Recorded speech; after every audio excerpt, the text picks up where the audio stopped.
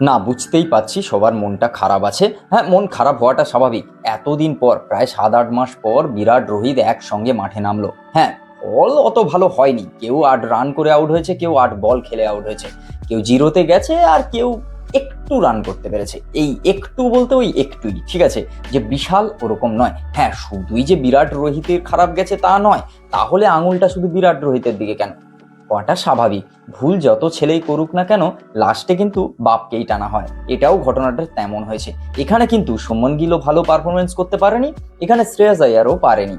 দেখতে গেলে কেএল রাহুল থেকে শুরু করে দু একজন যদি খুব একটা ভালো না খেলতো, তাহলে এক প্রকার গোহারাই হতো।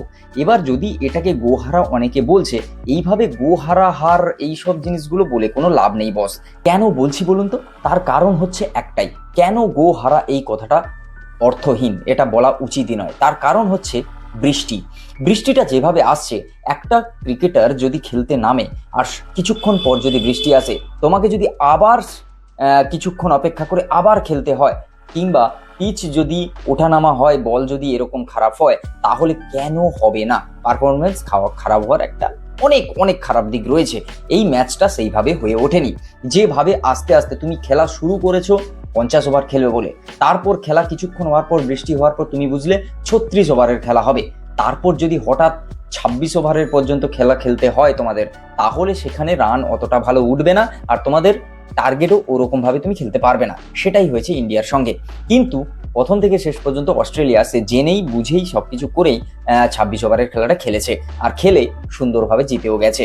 না ঠিক আছে, সেটা বুঝলাম, কিন্তু একটা জিনিস তো মনে রাখতেই হবে, এখানে ক্যাপ্টেন কে? শুভমান গিল। আর শুভমান গিল টেস্ট বলুন বা টি20 বলুন আর যাই বলুন না কেন, শুভমান গিলের একটা গল্প আছে, ফার্স্ট ম্যাচ টসে হারা বা ম্যাচ হেরে যাওয়া, এই ব্যাপারটা তো আছেই। দেখুন, যে যাই করুন লাক একটা কাজ করেই, আর তার ওপরে এই সিনটা যেভাবে হয়েছে, তো এটা তো হওয়া উচিত। কিন্তু আঙুল সবাই বিরাট কোহলি আর রোহিত শর্মার দিকে তুলছে।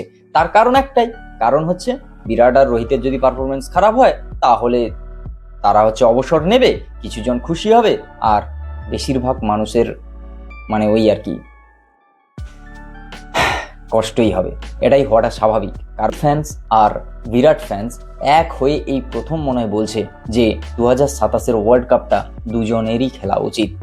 তোমার কি মতামত অবশ্যই কমেন্ট বক্সে জানাও। আর তুমি যদি ফেসবুক থেকে দেখে থাকো, তাহলে অবশ্যই পেজটাকে ফলো করো। দেখা হচ্ছে খুব তাড়াতাড়ি নতুন একটা ভিডিও। নতুন হলে সাবস্ক্রাইব করে নাও। টাটা।